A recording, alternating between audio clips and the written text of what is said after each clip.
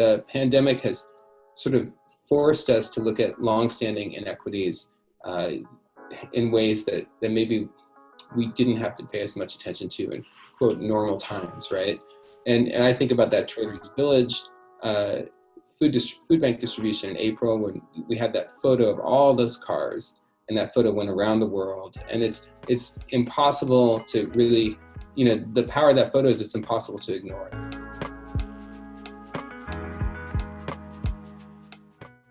Hello, everyone. I'm 𝗧𝗵𝗲 the Vice President of Social Responsibility for PRSA San Antonio. Welcome to episode 3 of our Smart Talk series. Today I have the pleasure of having Josh Brodesky join me. Josh is the editorial page editor at the San Antonio Express-News and has been busier than ever during this pandemic season. Josh, thank you so much for joining me. Yeah, thanks for having me. It's great to be here. Wonderful. Well, you have a wonderful background and a very, significant role in our community. Could you tell us a little bit about your background from your perspective? About my background? Sure. So I'm not a native Texan, but I've been here long enough. I feel like to at least sort of identify as a Texan. I've been here 7 years and my kids were born here. I'm originally from Arizona. I went to graduate school in journalism, University of Missouri School of Journalism, and then I worked at the 2 major papers in Arizona, the Arizona Daily Star and the Arizona Republic, before coming here 7 years ago as an editorial writer and columnist. And about a year ago, I became editorial page editor. I've really loved writing about San Antonio and thinking about San Antonio. I think it's a wonderful community and a fascinating community. And it's really just a privilege to be part of it and to be involved in so many important issues and interesting conversations. So that's a little bit about my professional background. Yeah. So what is your role as the editorial board editor? Yeah. Well, that's a great question. The editorial board is comprised of myself, Gloria Padilla, and Carrie Clack, as well as our publisher, Mark Medici. We're actually going to be hiring a fourth person, a fourth writer, journalist to join the board. So there'll be 5 of us, including the publisher.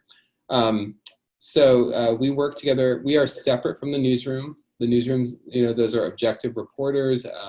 They're objective editors, but we're the opinion side of the paper. And so the board itself, in terms of the editorials that we write, we are the voice of the institution, the opinion of the Express News itself, right? Which is, to be very clear, is separate from the newsroom. It's separate from individual columnists, say like Elaine Ayala or Gilbert Garcia. So we write about issues in the community, mostly state and local issues, but we do sometimes write about national issues.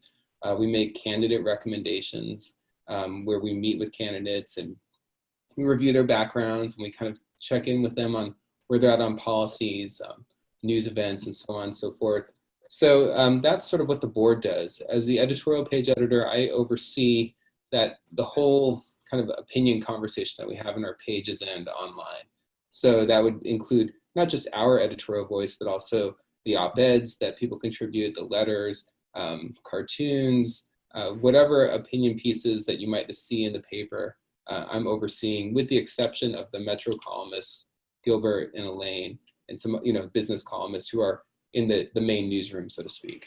So that's sort of a 10,000-foot view of my role at the paper and also what the editorial board does and how we are separate from the newsroom. That sounds like a lot of responsibility, especially in times like these.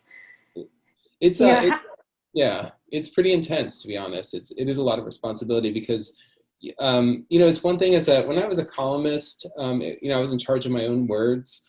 So I knew what I wanted to say and I knew the arguments I wanted to make. But in this case, I'm managing a broader conversation, and that means amplifying other people's arguments, maybe fact checking them, trying to make them as accurate or as polished as possible. And that, how far do we want to take that conversation? What voices do we want to bring in? Are we providing balance in those voices? Those are very complicated and challenging conversations to have, or not hoops to jump through, but dynamics to navigate. Absolutely, and especially in a time like this where everything seems so fluid and opinions are changing every day. Well, how do you all determine when you're thinking about everything, which topics you should be covering? And has that changed at all since the pandemic struck San Antonio? Yeah, those are two really good questions. So the board, we meet multiple times a week to discuss news events and discuss our own ideas about topics that we want to cover. Of course, sometimes there are news events that we simply know we need to respond to as an institution. Whether, so for example, a news event would be the push now for workforce development. That's something that we, the Express News, support. So it's important that, and when I say, again, we, the Express News, I'm talking about the opinion side, the editorial board.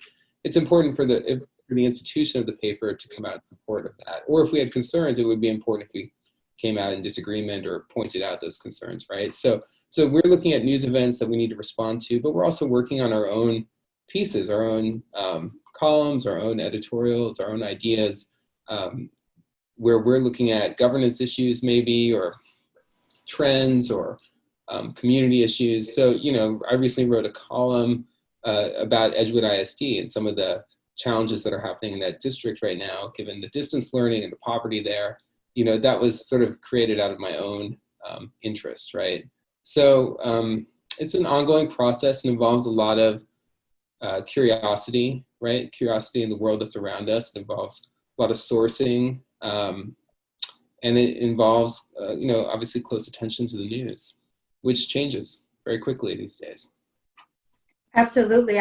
When preparing for this, I was trying to illustrate to my coordinators, we were talking through the role as I saw it of the editorial board and your position. And my description was like, to me, they've always felt like the Supreme Court of San Antonio. That they do the work to do the research and form the opinions. They often include both sides of the dialogue. But if I haven't had time to do the research, I would look up what you all have to say about something. Yeah, I mean, we do, obviously we live in a very kind of partisan environment, but, the board is truly nonpartisan. We're not identified, we don't identify with either party. So with candidate recommendations, for example, of course, let's just take a big picture view. It's just a recommendation, right? It doesn't mean that anyone has to agree with our recommendation. Hopefully, at the very minimum, it inspires people to vote and a better informed voter, regardless of how people go. But we take the time each election to meet with almost all of the candidates. And we do our individual research, we check with sources, we fact check statements that are made in our interviews. And that doesn't really happen in any other environment. You do have partisan groups that will do recommendations and do fact checking, right? Groups that are identified with one party or the other. But, we truly are independent in that sense. And I don't know how many, it's an older tradition of editorial boards, and it's something that's probably going away with time, but I don't know how many institutions do that type of work. And of course, beyond recommendations, we're doing that on issues too. Fact checking, doing the research, reaching out to parties, trying to speak with as many viewpoints as possible to come to some kind of coherent conclusion. Yeah, it's super important. And I hope it doesn't go away. I think that's part of my having you here today to understand, for our community to understand the role.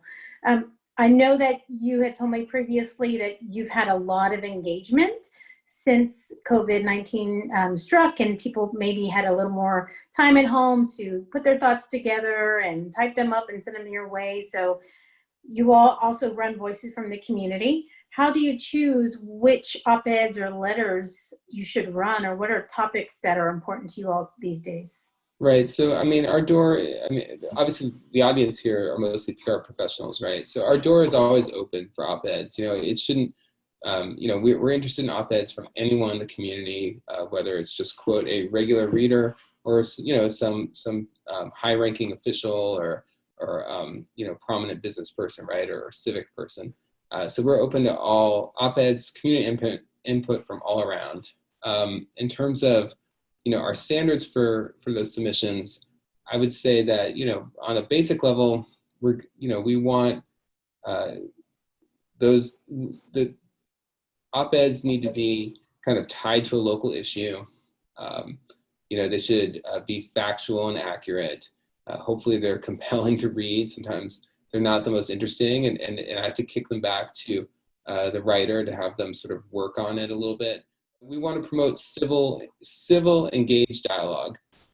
We are interested in a diversity of opinions and viewpoints and voices. So that means hearing from men and women, people across all races. We want to hear from the LGBTQ community. We want to hear from conservatives and liberals. We want to, have a full range of voices in that discussion.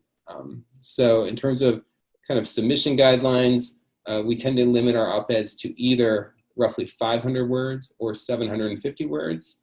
And then letters, we try not to go any longer than 150 words. Great, thank you. So lately, I've noticed, I'm like, there's Josh again. He's on Facebook. He's zooming along. The board collectively has spoken to many leaders about very important subjects through webinars and Zoom and the technology we have afforded to us. Has that been helpful? What's the feedback been like? Yeah, so we've been doing a lot of our meetings over Zoom, and we've been live streaming those. And I think those have been fairly well received. For us, these are just typical meetings, of course.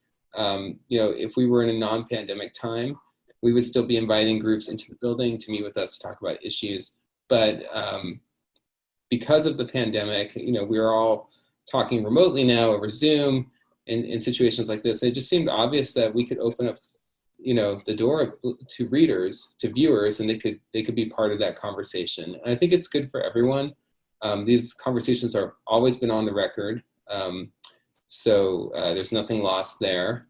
And not only is it a chance for the community to engage in civic issues of importance to them, but also it's a chance to kind of see how we operate, types of questions we ask or what we don't ask, to provide feedback in terms of where we could go to further the conversation or deepen it. I think it just works in so many different ways. So we're going to continue doing this. We're going to continue live streaming these meetings.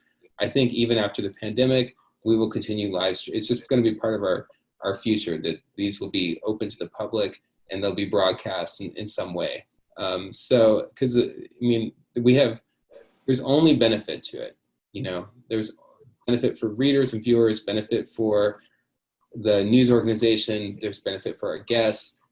It's just, it's important. These are important conversations, and they're important to have publicly. So it's been great. I've really enjoyed them. It took me a little while. At first, I was a little bit nervous, because you're not used to having 300 or 500 people, or whatnot, or 700 people watching you ask questions or to give an introduction to people. It's just a little bit different, but we're getting better and better at them, I think. Yeah, I really love the transparency of it. I feel like every time I engage with your section in the paper, just as a human, I feel more educated. It really opens up perspectives for me, helps, personally, professionally. And when I saw those really come online, I was delighted because the questions and the dialogue back and forth has a little more of an objective feel of trying to understand that I think is helpful for our community, especially right now. Yeah, I appreciate that. I mean, I'm glad that comes through, that the questions are not tilted or slanted. We're really trying to understand the perspective or the issue. And, obviously we want to bring in a range of viewpoints on that, on a given issue or perspective. We don't want, again, just like in our commentaries, we don't want to be strictly liberal or strictly conservative. We want to have a wide range of input. So, that's how it's going to be going forward. And just briefly, just to circle back, you had asked the question about op-eds. I just want to clarify one dynamic, because again, I know that we have PR professionals watching this. Sometimes with PR professionals, we do get op-eds that read more like advertisements than issues. And I would just encourage folks, when they're crafting their op-eds, to really focus on the issues and less about the promotion of the client, right? And I think that makes it that gives the op-ed a much stronger chance of being run. Sometimes it's so obvious that the op-ed is really about promoting something that it's not really tied to any specific issue. That those are the types of op-eds we're going to pass on. That never happens, Josh. That never. People are just so passionate about this opportunity. You got to understand where it comes from. I hear you. Thanks for the tip. I had one today where I read it and I thought, well, we're not going to run that. It's just, it's something that's masquerading as an opinion piece. So I would, that's where probably the PR side and the journalism side, there are a lot of parallels, but obviously they're not totally parallel, right? And so, yeah, we want pure opinion pieces to be running in the opinion section, and if that happens to promote a client, then so be it, as long as the argument is true, right? The argument is true in the sense of like it's a genuine argument, right? Well, fair enough. That's your role. Hold to it. That's my role. That's right. All right, so let's talk about your vantage point. It really feels like from your vantage point, you can see the patterns. You can spot trends of what's happening nationally and what could happen in San Antonio, or you're noticing issues bubble up. And particularly the gaps between some of the resources and needs that we have here. We talked about the digital divide as one before we started taping. How can we do better as a community from your vantage point? What are you seeing and how can we help and do better? Right. It's an interesting question because, as a journalist, I'm very much sort of on the sidelines, right? Like I'm not, even though I'm an opinion journalist, I'm not a community activist. I'm not someone who is going to be tethered to a particular politician so it's in some ways it's a difficult question for me to answer, right? Because I feel like ethically I need to stay detached somewhat in terms of like policies and how things develop or don't develop, right? I think that there's, but as an observer of the community, I think that there's a lot of interesting movement afoot about addressing what I would consider endemic or historic inequities in San Antonio, right? That we're sort of at the pandemic has sort of forced us to look at longstanding inequities in ways that maybe we didn't have to pay as much attention to in, quote, normal times, right? And I think about that Traders Village food bank distribution in April when we had that photo of all those cars, and that photo went around the world. And it's impossible to really, the power of that photo is it's impossible to ignore it. So I'm really interested, I guess, to see how the workforce development program, if voters approve it and how it's implemented. I'm really interested to see the effort around closing the digital divide.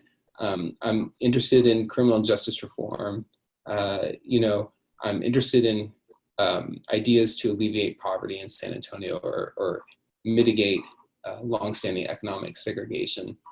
And I think that as challenging as the pandemic's been, there is a lot of there's a lot of discussion around these issues at this time. There's always been in my 7 years in San Antonio, but more so now.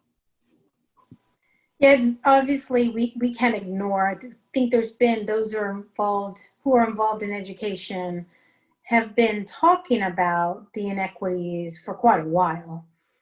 And those who grew up here may have felt them personally, but you just kind of, move on and keep trying in your small ways. And I think it's so apparent now that it's impossible to ignore.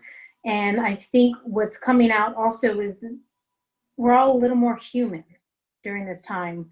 And so telling the stories of the gaps and being a little honest about everyone's circumstances is really helping us see these different patterns and bring it to life in ways that maybe we didn't really dive into before.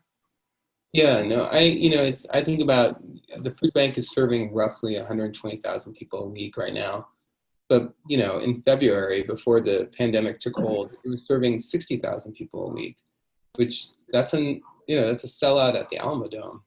So, and I think that, giving greater attention to that type of issue is really important for San Antonio. So, it's tricky. Like, again, it's tricky for me because I have that kind of journalistic distance, right?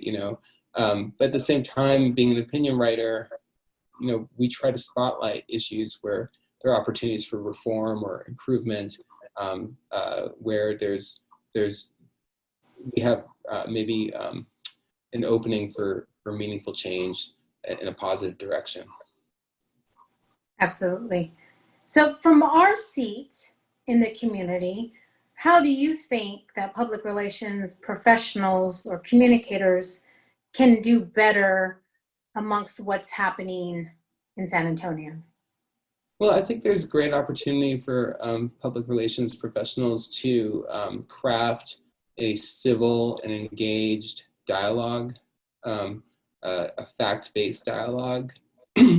So often now we live in this world of, when I'm on social media, there are a lot of hot takes there, and I don't participate in that. If you were to follow me on social media, you'd see that I have kind of slow takes, if anything. But in this world of kind of chain reactions, right, or instant reactions, I think there's an opportunity for public relations professionals to cool things down a bit. Not to dilute arguments, of course. We want strong arguments. We want to to have opposing viewpoints and to really hear about the principles that people hold so dearly, right, that sort of serve as their rudders on issues and going forward, and how those principles might be different, right, or priorities might be different. But I do think that there's an opportunity to craft that discussion in a way that is engaging, that invites a back and forth, that resonates with viewers and readers, and really models civic engagement. That's kind of like my, I guess, idealism about communications in general, whether we're talking about traditional opinion writing or something from the PR side. Of course, I've never worked in PR, so I don't know what it's like to be on that side of it. But I've been on the receiving end of enough PR that I think that that there is a lot of benefit in terms of crafting accurate and engaging but civil messages. Absolutely. Our whole job in public relations is, our relationships with people. And if it's not win-win, then you really don't know the role or the industry. So we'll absolutely underscore everything that you're talking about there. I think more than accurate on your part. So, one thing that I like to ask our guests in this series is, I find the term social responsibility to be a little trendy or newer to a lot of people. What does social responsibility mean to you? Well, I think, to me, it means being engaged in current affairs. It means being accurate in our communication and respectful in our communication with each other. I think it means identifying and honoring the principles that a person holds dearly, or to live a principle-filled life. And I say that with some recognizing that principles shift from person to person, or certainly issues do, right? That maybe we share principles, we interpret issues very differently. So I'm not asking, I'm not speaking to like a kind of like a kumbaya homogeneity of ideas or thoughts, but that really, at a time when we have so much misinformation available, and we kind of live in this world of kind of a feedback loop of communication, right? Where so often it feels like on social media, people are speaking to basically other people who agree with them, right? And it kind of circles around in what can ultimately be a very negative way. I think being socially responsible means kind of breaking that chain, right? It means breaking through that and engaging with the broader community in a meaningful and principle-filled way.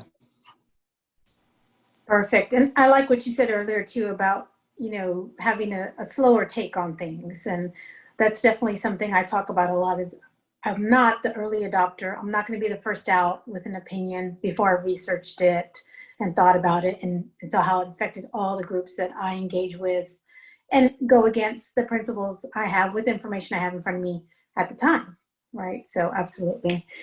Well, is there anything that you would like to share that would be helpful in particular with an audience of public relations professionals or communicators? You know, I mean, I've just enjoyed the conversation. You know, I just want to make sure that your audience knows that, you know, our door is open. So feel free to email me at j.brodesky@express-news.net if you have an op-ed or you have a client that you think we should meet. You know, I might turn down the op-ed. I might say that maybe I might say, you know, that's not the appropriate meeting at the right time, but, you know, it's important to have that conversation. So, you know, feel free to reach out to me. That door is open. Wonderful. We'll have your contact information available for everyone watching. Thank you so much, Josh, for your time today. I really appreciate it. Thank you. It's good to see you. Yeah. And thanks to you all, my viewers, our viewers here for watching. If you like this video, please engage with it, like it, share it, you know, all that good stuff. Comment, tell us something that you learned or a question you have for me or Josh, and you all stay well.